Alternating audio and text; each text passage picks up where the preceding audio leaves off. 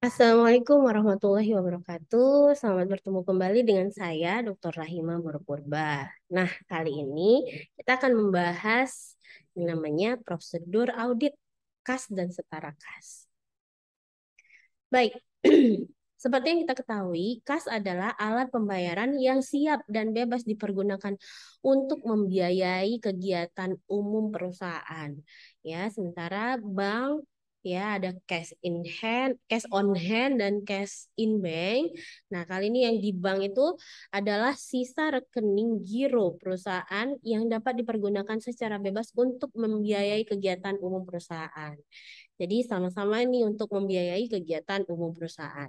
Ya, contohnya adalah petty cash, rekening giro di bank, bond sementara, kemudian bond petty cash yang belum di-reimburse, cek tunai yang akan didepositukan dan lain-lain.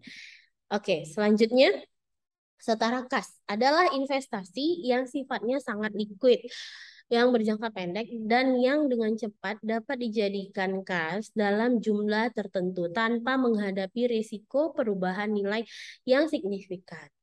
Yang tidak dapat digolongkan kas atau setara kas adalah pertama, deposito berjangka jatuh tempo lebih dari 3 bulan. Kemudian cek mundur, cek kosong, sinking fund ya, yaitu dana yang disisihkan untuk tujuan tertentu, rekening giro yang tidak dapat segera digunakan atau misalnya dibukukan ya.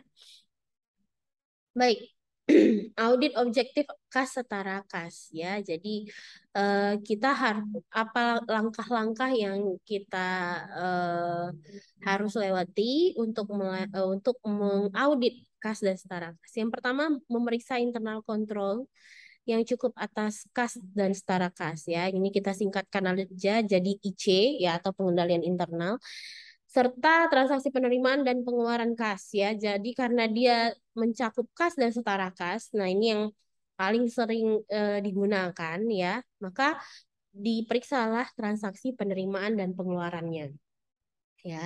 Yang seperti kita pelajari sebelumnya, IC ini sangat mempengaruhi ya kondisi IC. IC yang baik, IC yang buruk itu akan mempengaruhi jumlah sampel dari audit scope audit kita ya. Kemudian kita periksa saldo kas dan setara kas yang disajikan di neraca betul-betul ada. Jadi ini terkait dengan asersi, asersi manajemen ya. Memeriksa adanya pembatasan penggunaan, misalnya untuk penggunaan kas dari 0 sampai 300.000, otorisasi siapa? Misalnya lagi 300 sampai 1 juta, itu otorisasi siapa? Siapa yang mengesahkan? Siapa meng-ACC-kan? Kemudian kalau di atas 1 juta sampai 5 juta, siapa? Di atas 5 juta ke atas itu gimana? Siapa yang meng-ACC-kan? Itu harus ada. Ya, memeriksa kas dan setara kas dalam falas apakah telah dikonversikan dengan kurs yang tepat. Kurs mana? Misalnya dia menggunakan kurs tengah BI ya, kurs penutupan mana yang digunakan ya. Apakah ada selisih kurang atau selisih lebih? Nah, itu dibukukan kemana? Lihat kembali kepada SAK ya, memeriksa apakah penyajian sesuai SAK atau tidak. Oke, ciri-ciri yang baik IC kas setara kas. Nah, internal kontrol kas dan setara kas yang baik itu bagaimana? Yang pertama adanya pemisahan tugas dan tanggung jawab ya, yang menerima dan yang mengeluarkan itu dipisahkan misalnya ya. Kecuali kecuali gini, perusahaannya profil perusahaannya itu yang kecil. Nah, ini kan nggak dipisahin gitu. Kalau perusahaannya besar, itu kan pasti ada pemisahan ya, harusnya ada pemisahan. Jangan bercampur antara yang menerima dan mengeluarkan. Kemudian ada juga untuk pengeluaran kas digunakan harus melewati bank. Nah, makanya setiap akhir periode dilaksanakan rekonsiliasi bank secara reguler oleh orang yang berbeda dengan pemegang buku bank dan direview oleh Kaba Akuntansi.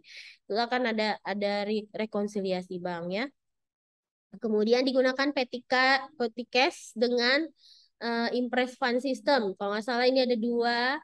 ada dua sistem. Nah, yang digunakan adalah Impress Fund System. Transaksi dilaksanakan dengan banking system, itu tadi saya bilang ya, bisa pengeluarannya melewati bank dan penerimaannya juga ya. Penyimpanan kas setara kas dan setara kas serta pendukungnya misalnya blanko cek disimpan dengan sarana yang aman. Ya, ada laci, kemudian ada kuncinya atau cek gironya itu ada apa namanya itu eh, kotak penyimpanannya ya. Nah, itu yang menggunakan password ya. Nah, seperti itu. Kas dan setara kas digunakan secara ideal dan optimal. Kemudian sebaiknya cek giro ditulis dengan dua penanda tangan. Ya, ini sebagai alat kontrol. Kasir sebaiknya diasuransikan atau dengan jaminan karena dia berhubungan dengan kasir tadi ya, cek giro ya. Kemudian dokumen pendukung formulir bernomor urut cetak, bukan nomor urutnya si kasir yang buat, tapi dia sudah bernomor urut cetak. Penggunaan stempel lunas menghindari double payment ya. Jadi ada penggunaan stempel lunas setiap transaksi yang sudah dilunaskan ya. Prosedurnya, pertama, pahami dan evaluasi IC, kas, dan setara kas, serta penerimaan pengeluarannya. Buat top schedule kas dan setara kas per tanggal neraca. Apakah tidak ada hal-hal yang unusual?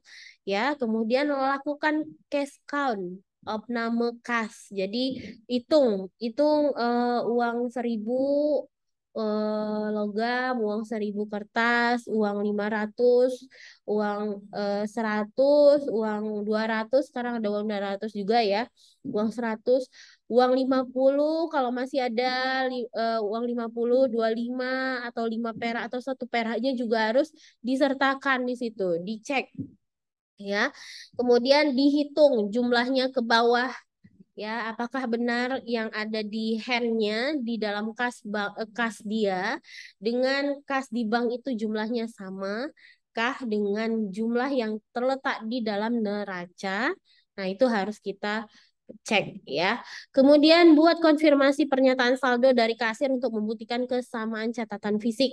Nah, kemudian buat konfirmasi atas seluruh rekening giro ya. Ini melewati dari bank juga ya. Minta rekonsiliasi bank per tanggal neraca dan periksa kebenarannya. Kalian harus cek itu ya, apakah ada cek kosong, nah ada yang deposit in transit kah ya.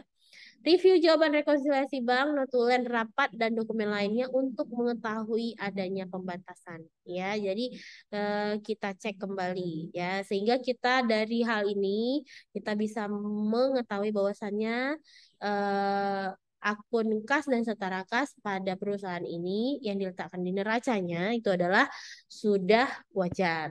Nah, kita kan membuat opini ya seperti itu. Jadi itu tadi mengenai pemeriksaan apa namanya prosedur pemeriksaan kas dan setara kas. Kemudian kita cek lagi periksa interbank transfer lebih kurang 1 minggu sebelum dan sesudah tanggal neraca untuk memeriksa cek cheating atau window dressing ada nggak kesalahan di situ ya. Periksa transaksi kas sesudah tanggal neraca, subsequent payment atau subsequent collection ya. Kemudian periksa kas dan setara kas dalam falas apakah telah dikonversikan dengan tepat ya dan pengaruhnya bagaimana. Periksa apakah penyajian kas setara kas di neraca dan CALK catatan atas laporan keuangan sudah sesuai dengan SHK. Kan laporan keuangan mereka yang buat ya, manajemen yang buat. Kita hanya tinggal memeriksanya. Jadi neraca udah cocok nggak dengan catatan atas laporan keuangan? Karena pengungkapannya ada di catatan atas laporan keuangan. Ingat prinsip akuntansi itu ada pengungkapan penuh ya, full disclosure itu diletakkan di mana? Di catatan atas laporan keuangan. Lalu pada akhirnya kita membuat kesimpulan di top schedule atas kewajaran kas setara kas setelah menjalankan seluruh prosedur audit. Nah, seperti itu proses dalam pemeriksaan kas dan setara kas. Semoga bisa dipahami dan menambah wawasan kalian. Baik, terima kasih semuanya. Semoga bermanfaat. Assalamualaikum warahmatullahi wabarakatuh.